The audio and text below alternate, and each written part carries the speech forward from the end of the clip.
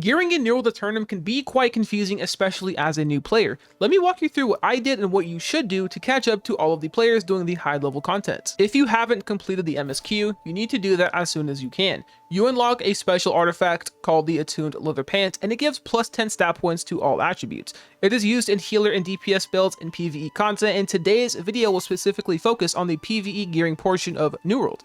Making a PvE set to do endgame content will make grabbing PvP gear even easier, so it is more time efficient to gear up for PvE first. You can always use your PvE gear in PvP as well. There are a few materials we need to grab daily to upgrade the gear we get throughout New World Aeternum. The first material is chromatic seals. You can buy one a day at your faction vendor, and you'll need 3 to upgrade 1 piece of armor at the Gypsum Kiln.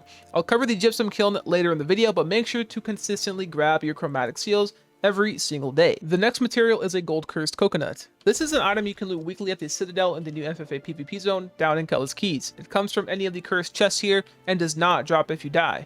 These are going to be used to upgrade the artifacts like the Attuned Leather Pants here at the Gypsum Kiln. Lastly, doubloons. These are crucial to farm as they are going to play a part in the early gearing process. They come from the side quests down here in Kellis Keys, by crafting a glittering gold key at the Well of Fortune, and by doing a chest run down here in Cayo de la Muerte. Getting your daily chromatic seal and weekly gold cursed coconut is very important, but we really need to focus on our doubloons. After obtaining roughly 1,000 to 1,500 doubloons, head over to the Well of Fortune and scroll down until you come across these purple crates. Pick up one of each armor crate besides the legs, because we will use the Attuned Leather Pants. And don't forget the 2 weapon crates as well, depending on what you want to play in dungeons. Do not open them yet, as I need to cover something very important when it comes to New World gearing: loot biasing and armor weights. On the screen is a spreadsheet that shows the optimal armor and weight combinations for every single build in the game.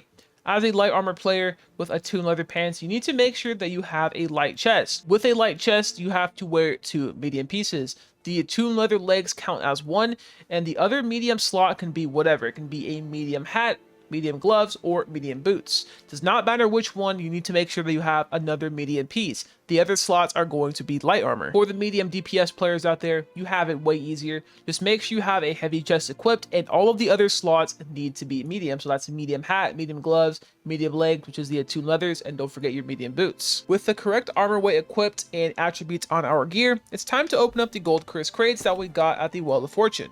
Each crate has a chance to drop 690 to 710 gear score items, and this is valuable because we will need to get this gear to enter the next part of the gearing process, mutated dungeons. Once again, the perks don't matter in these armor pieces for the most part, like I have health, physical aversion, and thorny reflection. We just need the early gear score to enter the mutations. Now that we have some basic items with a decent gear score of about 650 to 695, we can start farming mutation dungeons. Mutations drop a material called dense mutated materia, and this materia is going to be used to craft our best in slot 700 gear score PvE items that is highly recommended to use in all high level contents. The Azoth crystal gear at the Gypsum Kiln requires 3,500 dense mutated materia per piece. It is widely considered as the best gear in the game for PvE for this reason. It comes with Enchanted Ward and Refreshing. You need to craft the base piece here. As you can see, it costs 3,500 dense mutated materia. This is the Azoth Crystal Helm.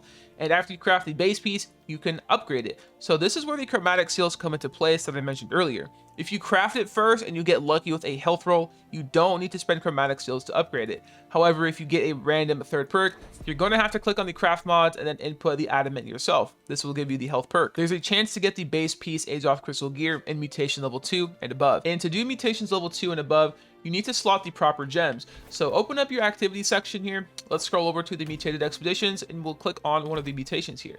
So this mutation this week is the Starstone Barrows, and it is overgrown and barbaric. That means this mutation is going to be mostly nature damage. That means you need to slot ambers in your armor to protect yourself against all of the nature damage. It is a gold investment to do mutations, but if you like a specific mutation, for example, I really like Starstone Barrows, then I will put a lot of ambers in my armor to make sure that I don't die or troll my team. Gold cursed coconuts are used to upgrade artifacts. Depending on your PvE build, it may be worth to even farm and upgrade an artifact weapon first. One example is Finisher. This is a very popular artifact in PvE content because it is considered the highest DPS weapon in the game.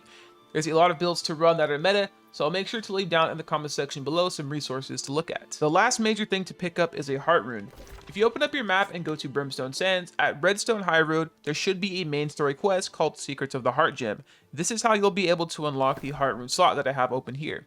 Heartrunes play a big role in all content within New World, and you'll be able to upgrade it at the stone cutting station. Each Heartrune has a different effect and plays a part within a specific mutation dungeon or raid. So after you unlock your Heartrune, farm them as well, and go over to the stone cutting station and you can upgrade them. The big gold sink for a lot of players is the corrupted lodestone. You can either buy these off a trading post, or you can join a bunch of groups doing the high level portals. Usually you'll see them in Murkgard up here in the top right.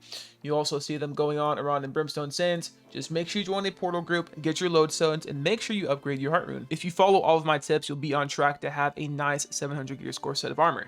You do need 700 gear score to do the Hive of the Gorgons raid and the Sandworm raid as well.